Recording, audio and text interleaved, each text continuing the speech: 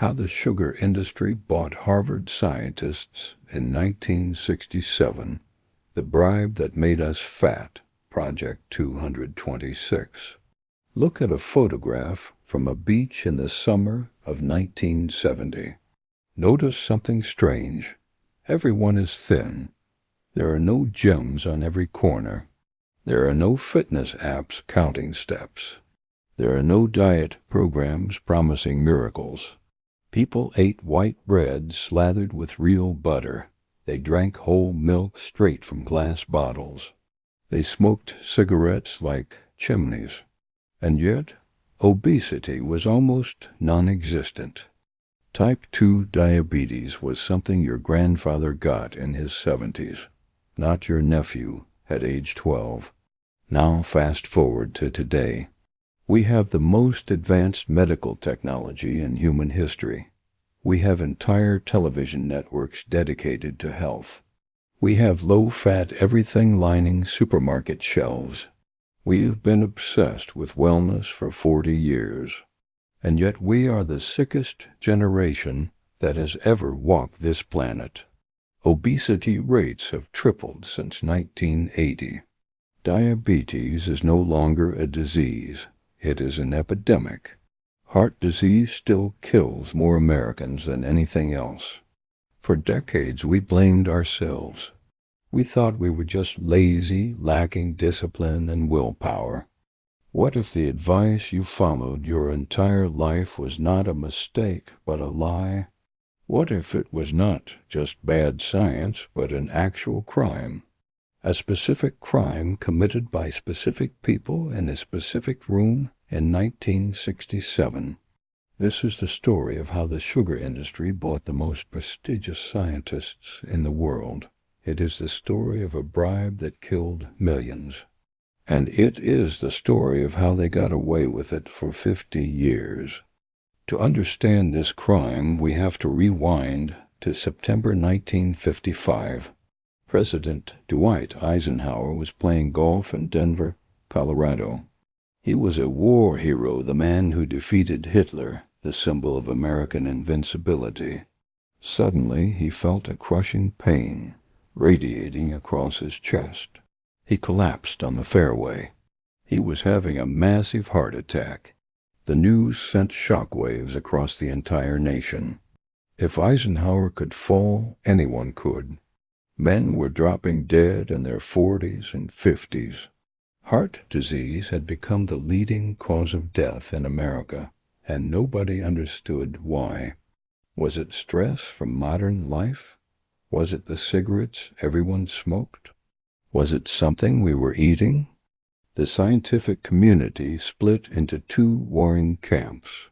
In one corner stood Ansel Keys, a charismatic and combative researcher from the University of Minnesota. He had a theory called the diet heart hypothesis. He believed saturated fat was the silent assassin. He argued that meat and butter and cheese raised cholesterol and clogged arteries like cement in a pipe. In the other corner stood John Yudkin, a soft-spoken British professor with a very different theory. Yudkin looked at the same data and saw something Keys ignored. He noticed that heart disease rose in perfect synchronization with sugar consumption.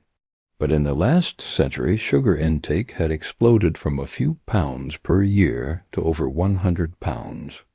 Yudkin argued that sugar was the toxin destroying our bodies from within. He said it disrupted insulin function. He said it inflamed arteries and triggered metabolic chaos. It was a battle of ideas, fat versus sugar. And for a brief moment it looked like sugar was going to lose. By the mid-1960s, the evidence against sugar was mounting dangerously. Studies showed sugar raised triglycerides in the blood. Other research demonstrated sugar caused heart disease in laboratory animals. The data was piling up like evidence at a crime scene. The executives at the Sugar Research Foundation were watching this with growing terror. The Sugar Research Foundation was a trade group representing the largest sugar companies in America. They saw the writing on the wall with crystal clarity. If the public believed sugar caused heart disease, the government would regulate it. Sales would collapse. Fortunes would evaporate. The entire sugar empire would crumble into dust. They needed a plan, and they needed it fast. In 1965, a man named John Yudkin took over as vice president of the Sugar Research Foundation. Yudkin was not a scientist. He was a fixer, a man who solved problems that money could solve. He looked at the threat from Yudkin and the anti-sugar camp and made a decision. He would not fight back with better science. He would fight back with cash. We know this because 50 years later, a researcher named Kristen Kearns found his private correspondence buried in a dusty archive. In one letter, Yudkin wrote that they needed to embark on a major program to counter negative attitudes toward sugar. He wrote that the best strategy was to fund their own research. He said they needed to publish data that would refute their detractors and silence the critics. But they could not just publish a study from the Sugar Association itself. Nobody would believe propaganda from an industry trade group. They needed a mask. They needed the most trusted institution in science to tell their lie for them. They needed Harvard. At the time, the Harvard School of Public Health was the Vatican of nutrition science. The department was led by Dr. Frederick Stare, the most famous nutritionist in America. Working alongside him was Dr. Mark Hegsted, a brilliant researcher who would later draft the dietary guidelines for the entire United States government. These men were gods in their field. What they said became gospel truth. John Yudkin approached them with a proposition in 1966. He wanted them to write a review article examining the science on sugar, fat, and heart disease. A review article is a study of studies, a summary that other doctors rely on. But Yudkin did not want an honest review. In the internal documents discovered decades later, Yudkin was shockingly explicit about what he wanted. He told the Harvard scientists their job was to discount all evidence against sugar. He told them to emphasize only the evidence against fat. He literally wrote the conclusion for them before they had even examined a single study. He assured them that this was quite what we had in mind, and he expected delivery. Dr. Hegsted replied with chilling professionalism. He said, "We are well aware of your particular interest, and we will cover this as well as we can." It was a transaction pure and simple, a deal made in the shadows. The Sugar Research Foundation paid 3 Harvard scientists a sum of $6,500. That might sound modest today, but in 1967 it carried real weight. In today's currency, that payment equals roughly $50,000. For $50,000, the most respected scientists in America agreed to betray the public trust. They got to work immediately. They named the Operation Project 226. Over the next several months, the Harvard scientists worked in close coordination with the sugar executives. They sent drafts of the paper back and forth like conspirators passing notes. Think about that for a moment. These were supposedly independent academic researchers, but they were letting a corporate lobbyist edit their scientific conclusions. Yudkin made notes in the margins. He told them where to be more aggressive. He told them what studies to ignore. And the scientists obeyed every instruction. The way they manipulated the data was clever and disturbingly subtle. When they reviewed studies showing sugar was harmful, they used a magnifying glass to find flaws. They dismissed studies as too small or methodologically weak. They argued that animal studies did not count because humans are not laboratory rats. They rejected every single piece of evidence that implicated sugar. But when they examined studies on saturated fat, they used a completely different standard. They accepted weak studies without question. They relied on animal studies they had just dismissed moments earlier. They ignored obvious flaws in the research design. They created a rigged trial where fat was guilty until proven innocent, and sugar was innocent even when proven guilty. Finally, in the summer of 1967, the paper was ready for publication. It appeared in the New England Journal of Medicine, the most prestigious medical journal on the planet. If research appears in the New England Journal, it is considered gospel by the medical community. The title of the paper was Dietary Fats, Carbohydrates, and Atherosclerotic Disease. It sounded dry, academic, authoritative, and completely unbiased. Nowhere in the paper did the authors disclose they were paid by the sugar industry. The disclosure rules were different back then. They did not have to reveal their funding sources. So to every doctor reading it in 1967, it looked like an independent analysis from Harvard. The conclusion of the paper was a bombshell that would echo for decades. It stated there was no doubt that reducing cholesterol and saturated fat was the only dietary intervention needed to prevent heart disease. It exonerated sugar completely. It told the world that sugar was harmless, just empty calories that might rot your teeth but would never kill you. Fat was the killer. Butter was poison. Steak was a death sentence. The impact of this single paper was absolutely catastrophic. Because it came from Harvard, it silenced all debate overnight. John Yudkin and the anti-sugar researchers were ridiculed and dismissed as conspiracy theorists. Yudkin's funding dried up. His reputation was destroyed. His career was effectively ended. Ansel Keys and the anti-fat camp declared total victory. But the damage did not stop in medical journals. It moved straight into the halls of government power in Washington, D.C. In the 1970s, the United States government decided to formally intervene in the American diet. Senator George McGovern led a committee to create the first official dietary goals for the nation. McGovern had good intentions. He genuinely wanted to make Americans healthier. But who did he turn to for expert advice? He turned to the scientists at Harvard. Dr. Mark Hegsted, the very man who had accepted the bribe from the sugar industry, became head of nutrition at the United States Department of Agriculture.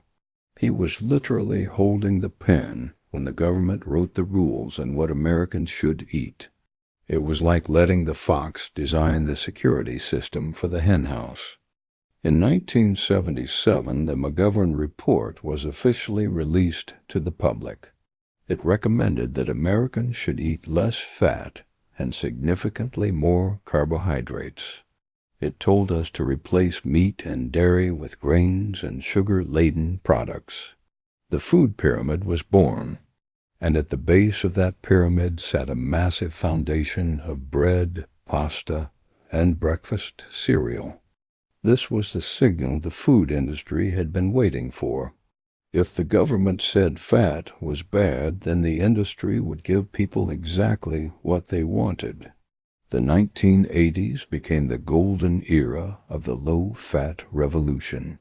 Walk down any supermarket aisle in 1985 and everything screams low-fat.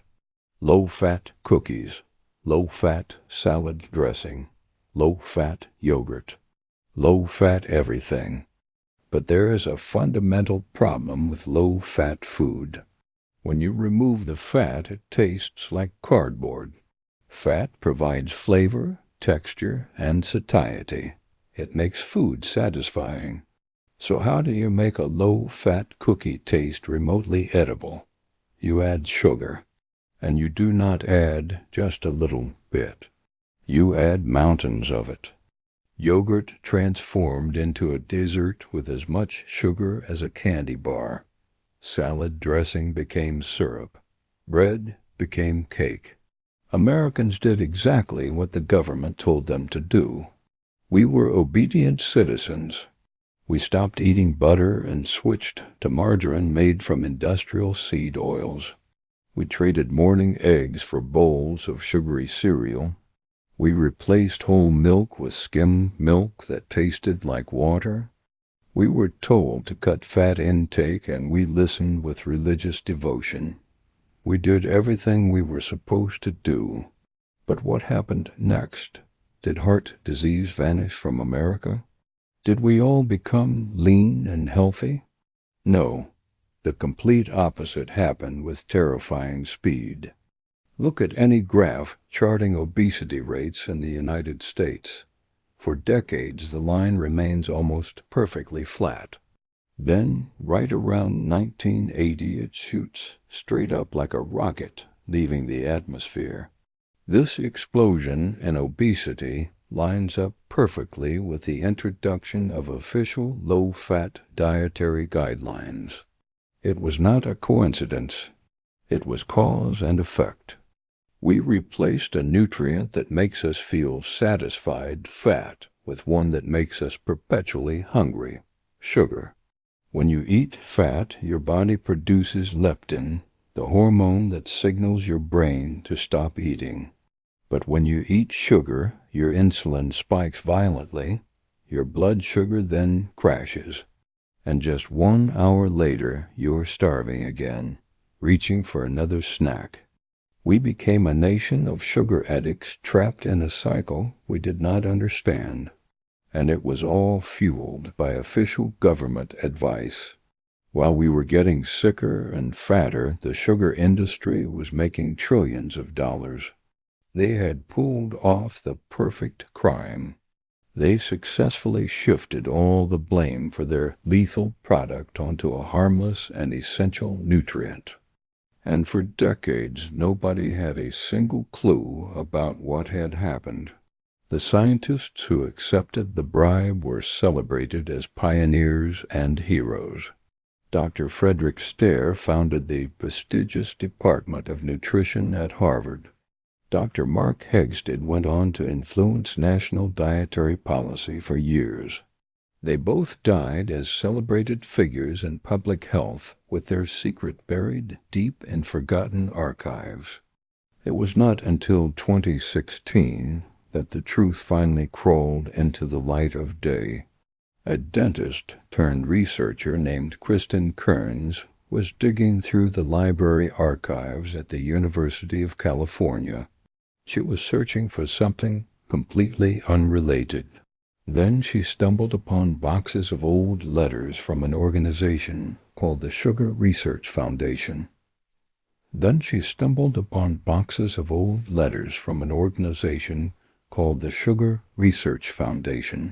She found the receipts. She found the damning notes from John Yudkin. She found the smoking gun. She published her findings in the Journal of the American Medical Association Internal Medicine. The revelation sent shockwaves through the medical world. The New York Times ran it as a front-page headline. The medical community was forced to reckon with its own corrupted past. But for millions of people it was already too late. The damage was done and irreversible.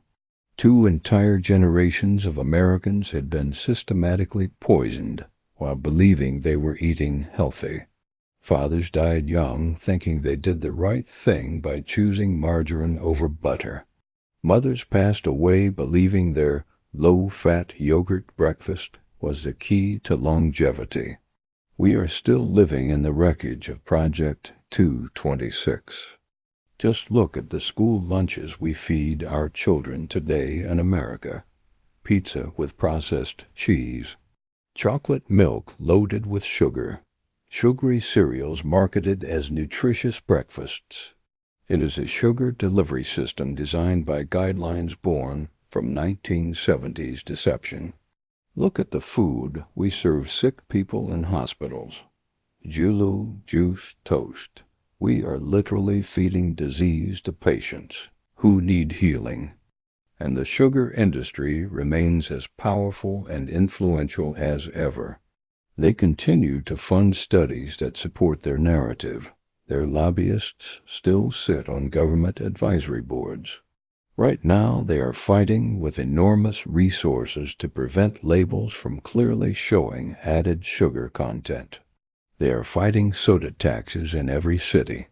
They are fighting to keep the truth hidden, just like they did 50 years ago. But the wall of silence is finally starting to crack under pressure. New independent science is vindicating the work of scientists like John Yudkin, who warned us about sugar decades ago. We now know that sugar is a primary driver of metabolic disease. We know it causes fatty liver disease.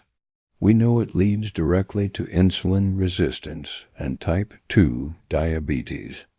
And we now know that saturated fat, the villain of this entire story, was largely innocent all along. The butter did not kill us. The bread did. The margarine did. The low-fat cookies did. So what can we learn from this dark and corrupt chapter of medical history? We learn that science is not a religion immune to corruption. It is a human endeavor. And like all human endeavors, it can be bought, manipulated, and twisted by money and influence. The next time you see a scientist speaking confidently on television, ask yourself one simple question. Who funded their research? When a government agency gives you health advice, ask yourself who lobbied for that recommendation. In this era, we must become our own detectives and our own advocates. We have to take control of our own health because nobody else will do it for us. $50,000 was all it took to sell out the health of the entire world. And nobody is going to give you a refund for the years of life you might have lost. The next time you walk down the supermarket aisle and see a box of sugary cereal with a heart-healthy sticker slapped on the front, I want you to remember Project 226. Remember John Hickson. Remember the Harvard scientists who sold their integrity. Remember the bribe. And realize that the most dangerous thing in that entire store is not the fat in the butter aisle. It is the lie that told us to fear the very thing that nourished humanity for thousands of years. The lie that told us to embrace the very thing that is killing us. It is without question the deadliest lie in modern history. And it is time we all stop believing it and start questioning everything.